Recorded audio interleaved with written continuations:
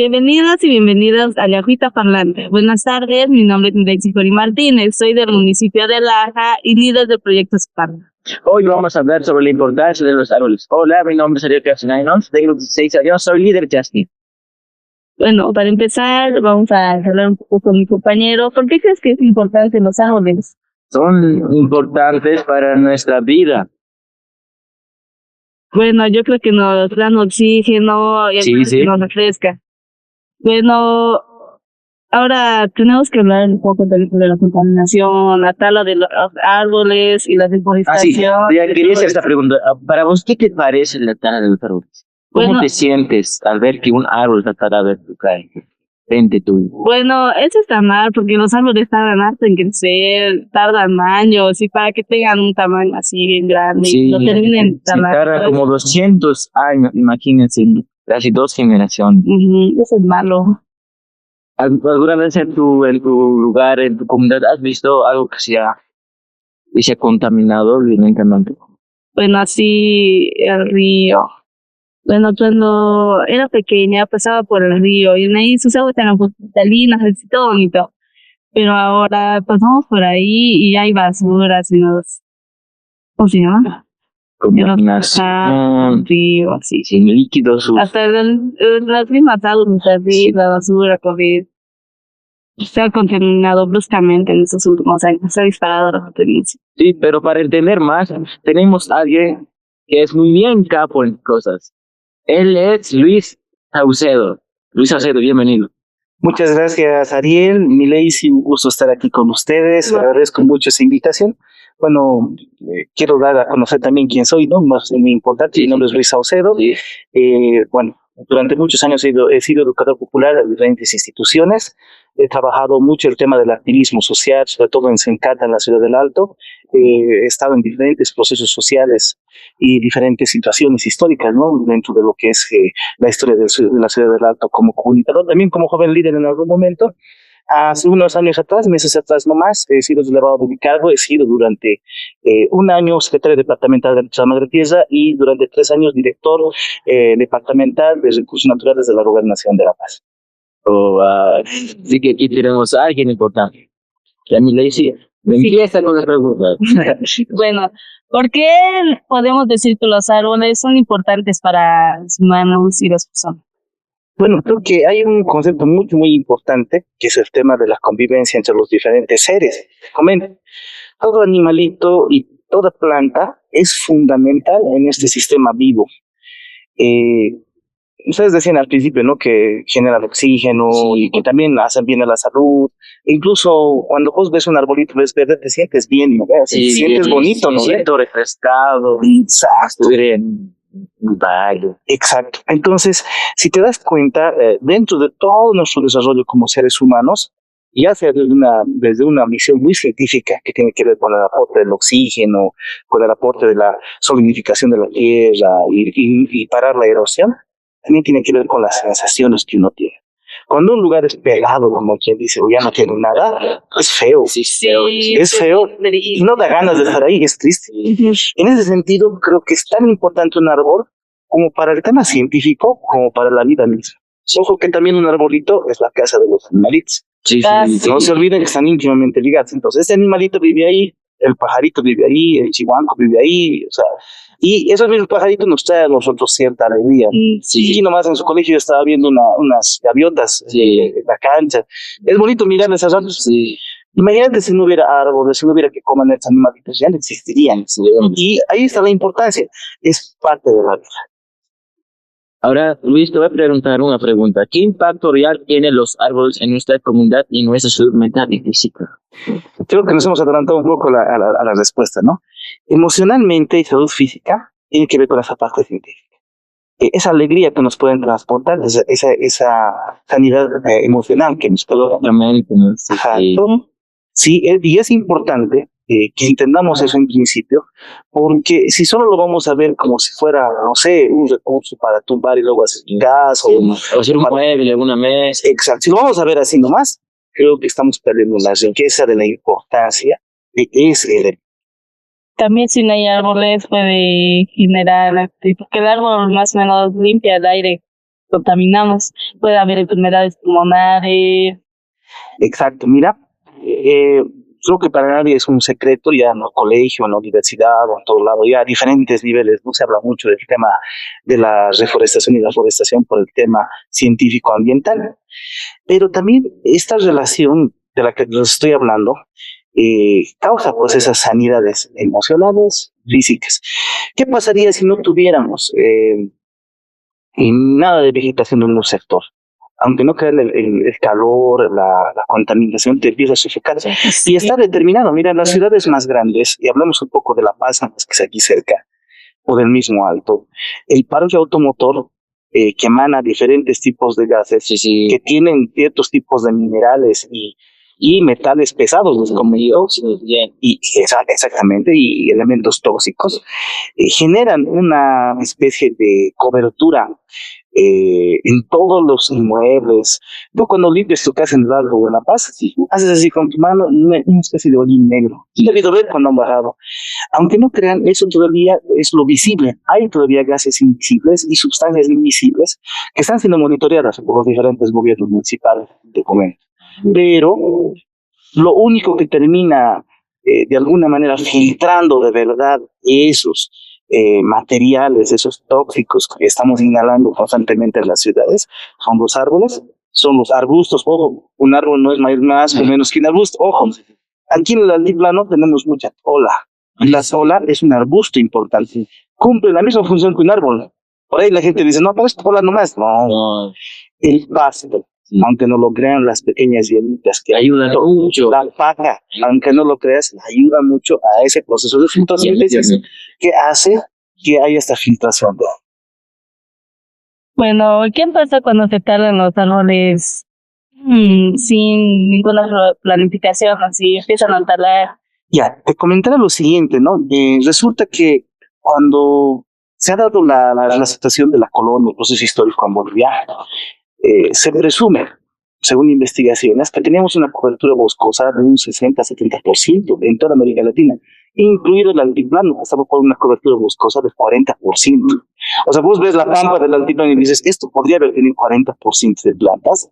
Y sí, les comento que había queñas, quichuaras, la tola, era increíblemente frondoso. Sí, era bien.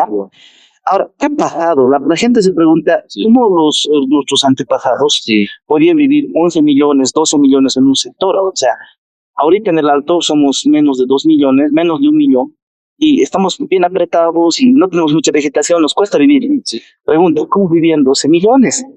La respuesta es muy sencilla. La cobertura boscosa en ese entonces, que no era, no la talaban así constantemente, la producción, había una relación muy arraigada entre las culturas andinas y la naturaleza, que hacían que no se deforesten grandes cantidades de vegetación, por lo cual había una sostenibilidad de cómo. Entonces ahí está la respuesta. Ahora, si actualmente observamos y vemos cómo está nuestro altiplano, por decir, la cobertura boscosa apenas está por el 5%. Era 40% antes de la colonia y post-colonia ha llegado a ser 5%. Entonces, ¿qué pasa? Hay alteración de cursos del río. Cuando se va sacando la vegetación, los ríos van desbordándose por nuestros. Yo he debido escuchar desborde aquí, desborde allá. Se ha desbordado. Y se ha desbordado aquí, dicen en Laja. Justamente es por el manejo que estamos haciendo como seres humanos de este recurso que es nuestra madre tierra. Entonces, lo hemos hecho entre comillas mal. Hay que repensar cómo vamos a hacer la tecnología. Eso es lo que pasa. Yo te pregunto algo, Luis. ¿Qué pasaría si los árboles desaparecerían? ¿Cómo vería? Hay un fenómeno bien interesante, que es un fenómeno de evaporación. ¿Alguna vez ustedes han salido a la calle así sin gorra, sin paraguas, sin nada así, y el sol estaba fuerte, ¿no ves? Sí, ¿Cómo se va a sentir? Ay, no, terrible. Seco, ¿no ves? Y quieres agua, ¿no ves? Y estás así con tu labio seco. Lo mismo le pasa a la madre tierra. Cuando vos tienes hartos árboles, ¿qué generan los arbolitos? Sombra. Entonces, aquí está la tierra, en esta parte, ¿no? Y aquí hay arbolitos como sombriles, pues, como si tuviera su gorra, la Pachamama. Entonces, estos arbolitos, los rayos del sol son absorbidos por las plantas, crean la fotosíntesis, todo esto, y no dejan que se evapore la tierra. Eso si hubieran más árboles. Bueno, yo opino que los árboles son guardianes silenciosos. Exacto, y lo son. ¿Por qué? Porque terminan generando esta sombra que hace que los acuíferos subterráneos, que hace que la tierra misma no se seque. Por eso les decía, ¿cómo se sienten cuando salen al sol horas sin nada que les cubra? Bien. Entonces la tierra, imagínense el dolor de nuestra tierra, todos los días sin nada de vegetación encima y está pasando. En muchas regiones de nuestro departamento y muchas regiones de nuestro país, el tema industrial, el industrial ha hecho que se deforesten grandes cantidades de territorio. ¿Y qué es lo que está pasando? ¿Cuál es el primer fenómeno? Bueno, Se están secando las fuentes de agua, porque no hay esa cobertura. ¿Y qué pasa? Se va evaporando, por eso es un fenómeno de evaporación. Entonces la gente dice, ya no hay agua. No es que no hay agua, el agua nunca se va a perder, solo que cambia de estado, solo que cuando no lo conservas con bosques, no lo conservas con, entre comillas, cobertura boscosa, se evapora. Y hay otro fenómeno, y este segundo fenómeno, que es el fenómeno de no atracción de lluvias. El primer fenómeno de evaporación, porque no hay árboles. sí. Segundo fenómeno, evacuación de lluvias. Donde no hay árboles, no hay humedad que se va generando, y esta humedad es la que trae la lluvia.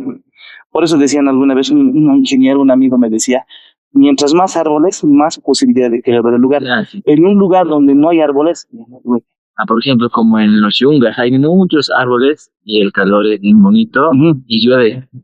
constantemente. Y otro ejemplo también sería el anteaño pasado, no hubo tanta producción por estos sectores, ¿no?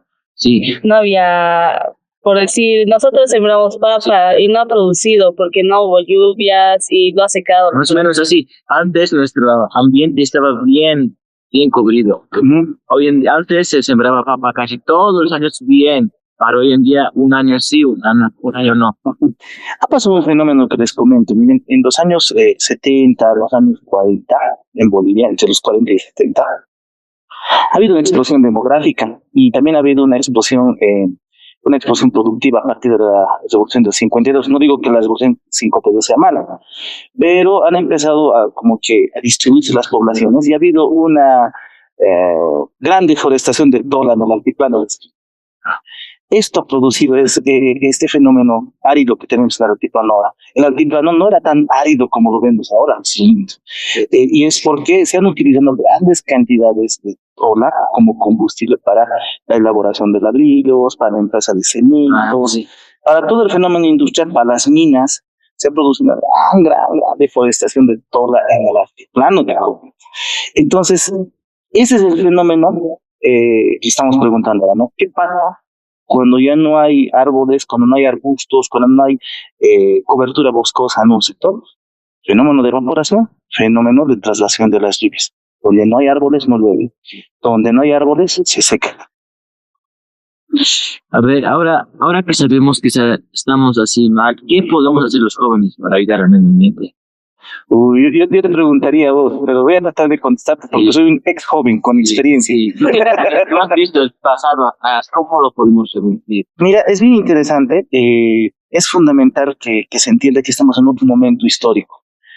Cuando yo fui joven, yo tengo 40 años, por si acaso, y hace algo más de 25 años habré sido joven, ¿no? Bien jovencito, y fui dirigente en la ciudad del Alto, dirigente juvenil del Consejo de la Juventud y también de la FES, de la ciudad del Alto.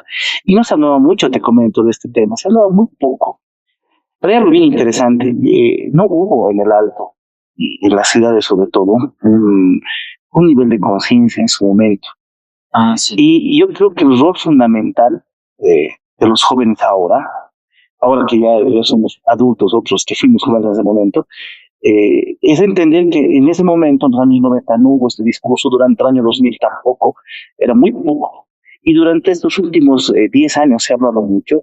Creo que uno de los primeros roles que tienen que contar ustedes es informarse muy bien de lo que ha pasado en el pasado histórico de nuestro país para entender por qué estamos así ahora.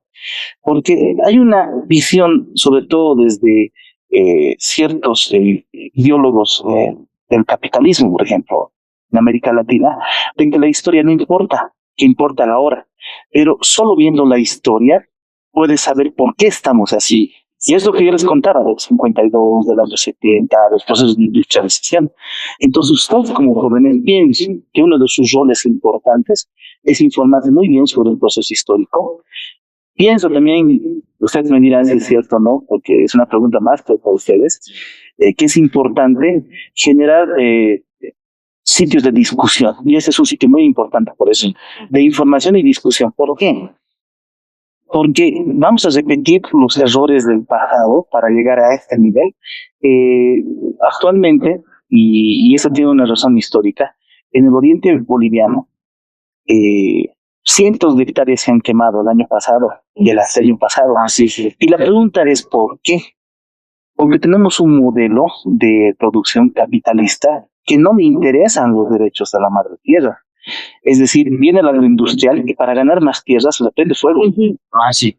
Vienen los mineros cooperativistas y para entrar a explotar un lugar deshabilitan el terreno. Vuelven más plano, hacen caminos. Exacto. Entonces, todo camino, toda remoción de tierra que se hace afecta a la cobertura boscosa, afecta a los árboles. Entonces, eso es parte de un modelo histórico.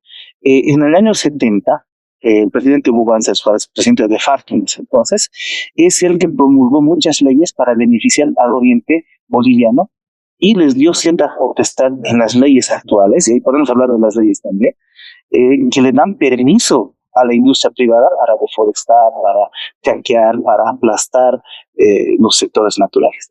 Y en el altiplano no fue distinto, con los terratenientes en su momento fue la misma. Ahora te pregunto, ¿en qué año se creó las leyes, las primeras leyes de los árboles y medio ambiente? Es muy importante retrotraernos. Miren, existen dos leyes importantes y fundamentales para la conservación de la fauna y la fauna y la flora en Bolivia. Es la ley 1700, que ha sido hecha en el año 96 en el gobierno de Gonzalo Sáenz de Lozada, en el primer gobierno, y la ley 1333, que ha sido elaborada en el año 93 en el gobierno de Jaime Paz Zamora. Entonces, quiero que me entiendan, o sea, ¿por qué estoy hablando de estas dos leyes? Estas dos leyes han sido hechas en la época neoliberal del país, es decir, donde se daba mucho chance y se le da muchas oportunidades a la empresa privada. Estas leyes lo que buscaban es que se pueda explotar de tal manera los recursos madereros, árboles y todo, para que casi nadie pueda decir nada. Y estas leyes están hechas en esa línea. Para que no digan nada, para que sea muy difícil decir algo así. Porque cuando vos ves y tocas estas dos leyes, que son de los 90, que hasta ahora no ha actualizado ningún gobierno, son muy permisivas con el tema de la tala. O sea, están talando y te pillan. ¿Cuál es la sanción? Sencillamente te paralizan. Y te cobran 20 centavos por hectárea. O sea, hay otra, la ley de quemas y chequeos dice lo mismo. La sanción son 20 centavos por hectárea y te la van a cobrar a partir de 40 hectáreas para arriba. Entonces son leyes neoliberales permisivas que se han hecho en los años 90. Pero hay una esperanza, o sea, tal vez muy duro lo que estoy diciendo, pero creo que los jóvenes merecen saber esto, ¿no? El año 2008, con la nueva constitución y la constituyente, se ha generado esta constitución actual, donde ya se habla de los derechos de la madre tierra, que eso es fundamental. No es lo mismo hablar de recursos naturales y verlos como cosa, a ver a la madre tierra como un sujeto. ¿Tú le harías daño a tu madre? No, no lo haría. No. Es lo mismo. La idea es que todos nos mentalicemos en ese sentido y que entendamos que la madre tierra no debe ser maltratada por nosotros. Ese es un cambio fundamental. En el artículo 386 y 387 y 388 son los acápitas que tienen el cuidado de la madre tierra. Se habla de un cuidado perpetuo, pero se sigue hablando de alguna manera de la explotación. No se puede no explotar los recursos. Yo les digo, esa es la verdad. La gente tiene que vivir de algo. ¿Ya? Yo creo que los humanos se han puesto bien ciegos por la economía. Utilizan a la madre tierra como una cosa para ganar dinero. Sí, tanto así que ya llegaron a contaminar todo. El tema es el siguiente, ¿no? O sea, podemos nosotros convivir, qué sé yo, explotando un poco, pero al mismo momento reponerlo. Sí. Es algo que las leyes del 90 no dice reposición de cuentos, dice muy poco. En cambio, en la Constitución habla de equilibrio y reposición. Es decir, si yo corto, luego tengo que plantar.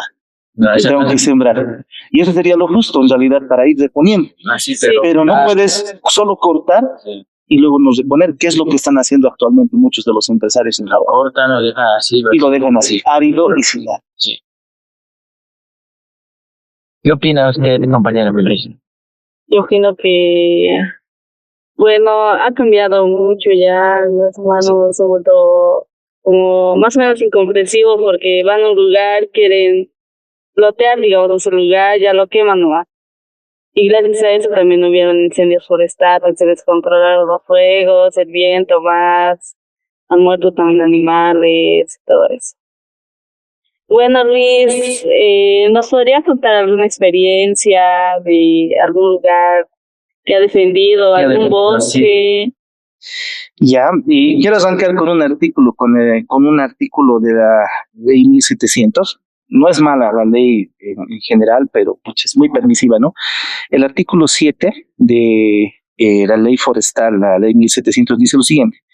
Cuando la autoridad competente lo requiera y conforme a la ley, la autoridad política, administrativa y organizacional jurisdiccional de la República Nacional dará información obligatoria a cualquiera que lo pida. Es decir, todos nosotros tenemos la capacidad de poder solicitar información según dice la ley. No te pueden prohibir. Es algo bien interesante, a veces la gente se rinde al pedir información. Yo les reto a ustedes, Ariel y Melissa, yo les reto a que hagan una carta y la dirijan a la ABT, que es la autoridad de bosques en Bolivia, y le pidan información de cuánto ha sido el nivel de deforestación en La Paz. No le voy a responder. Haremos la prueba, ¿qué te parece? Ok. Pero la ley les ampara, la ley dice que lo pueden pedir. ¿Y por qué estoy hablando de este artículo en preciso? Y voy a hablar de la anécdota. Te comento que yo fui al norte paseño en varias ocasiones a raíz del tema de incendios. Y voy a ser muy sincero, muchos de los que sí estaban defendiendo sus territorios eran los pueblos originarios. Ah, sí, las comunidades. Las comunidades. ¿Por qué? ¿Por qué en ese sector no los lecos, los chupiamonas, pueblos indígenas que hay en el norte paseño? ¿Por qué? Porque este fenómeno del tema de los chaqueos no es un fenómeno de los pueblos indígenas solo. O sea, también ellos chaquean, pero ellos chaquean según sus costumbres, que es distinto.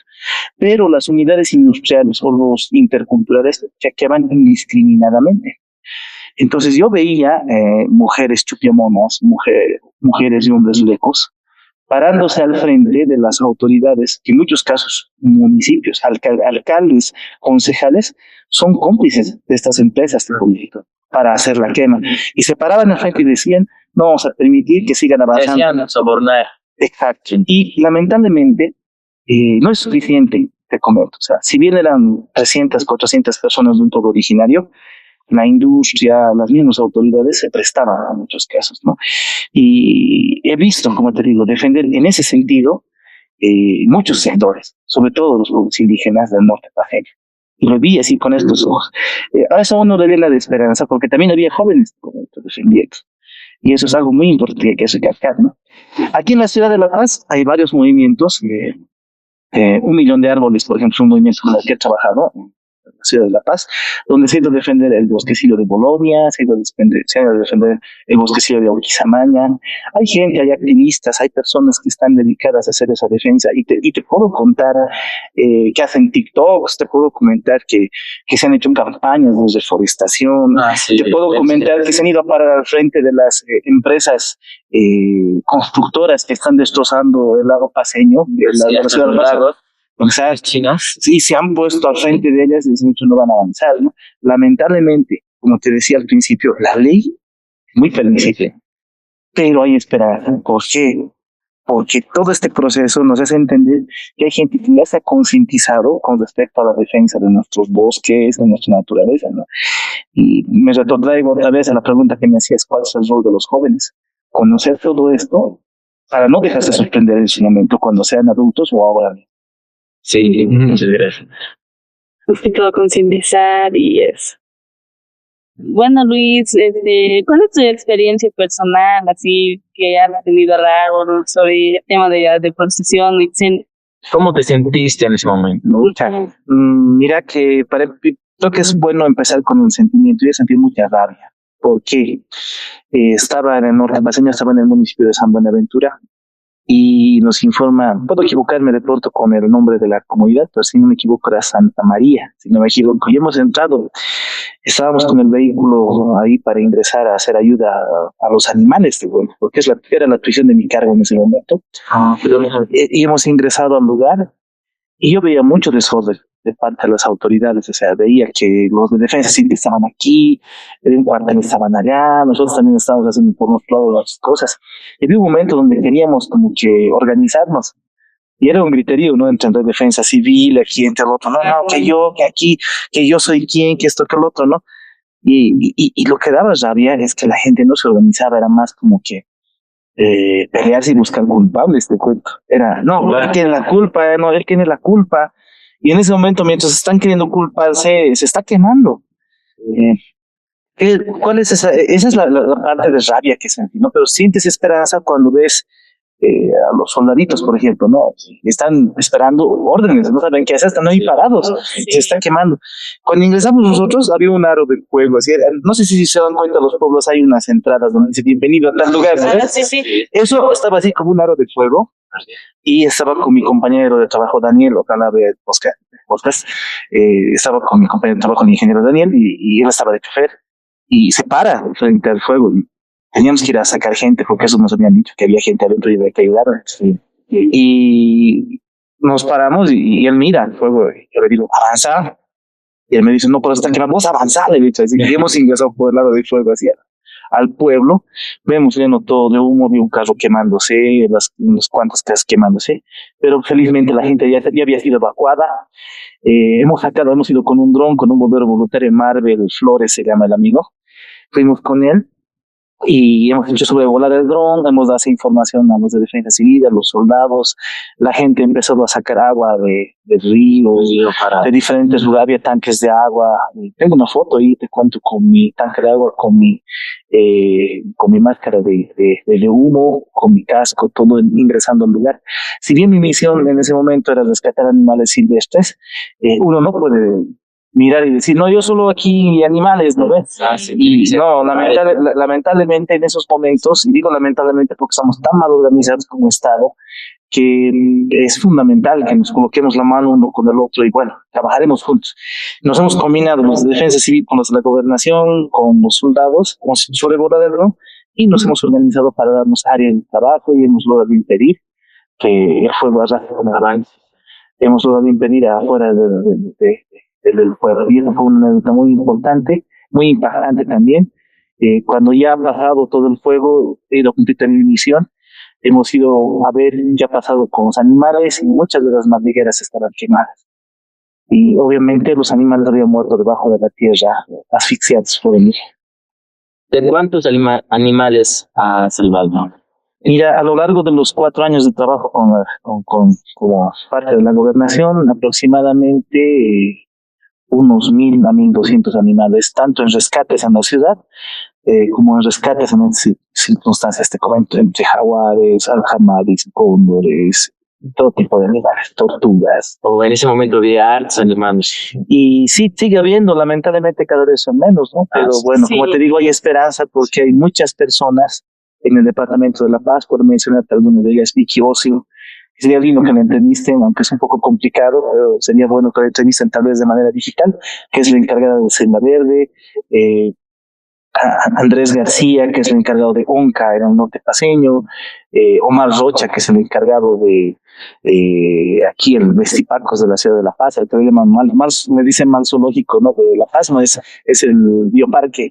Y hay diferentes personas, gente maravillosa como Ana Serrano, activistas ambientales que todos los días están trabajando para que la madre tierra esté un poco más tranquila y todos sus hijos, que son los animalitos también, y nosotros mismos, ¿no? Pero comentarte así que uno siente rabia, pero al mismo tiempo siente esperanza, sí.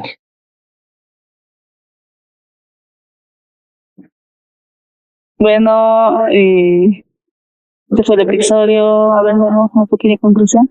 Ya, como él dice, yo también he tenido sentimientos hacia los animales. Una vez vi un animalito sufriendo y yo me puse bien triste, hasta lloré por ese animal. Sí, a veces en las noticias mismo salía pues que así estaba quemado tal lugar, así. y enfocaban y había pues animales así muertos, quemados, con quemaduras.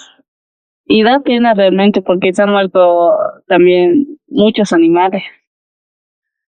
Yo creo que hay un momento donde, si bien nos podemos sentir tristes, ahí volvemos a la pregunta, ¿qué pueden hacer los jóvenes? Creo que hay que pelear, hay que luchar, No. porque si no lo hacen ustedes, quienes ya lo hemos hecho en nuestro momento, no vamos a seguir ahí, es oportunidad, ¿no? De cambiar las cosas y creo que es fundamental. Y concientizarnos también un poco, y como jóvenes también tenemos que concientizarnos y así en algún futuro poder hacer las cosas mejor. Bueno, si te gustó este episodio, es porque te picó.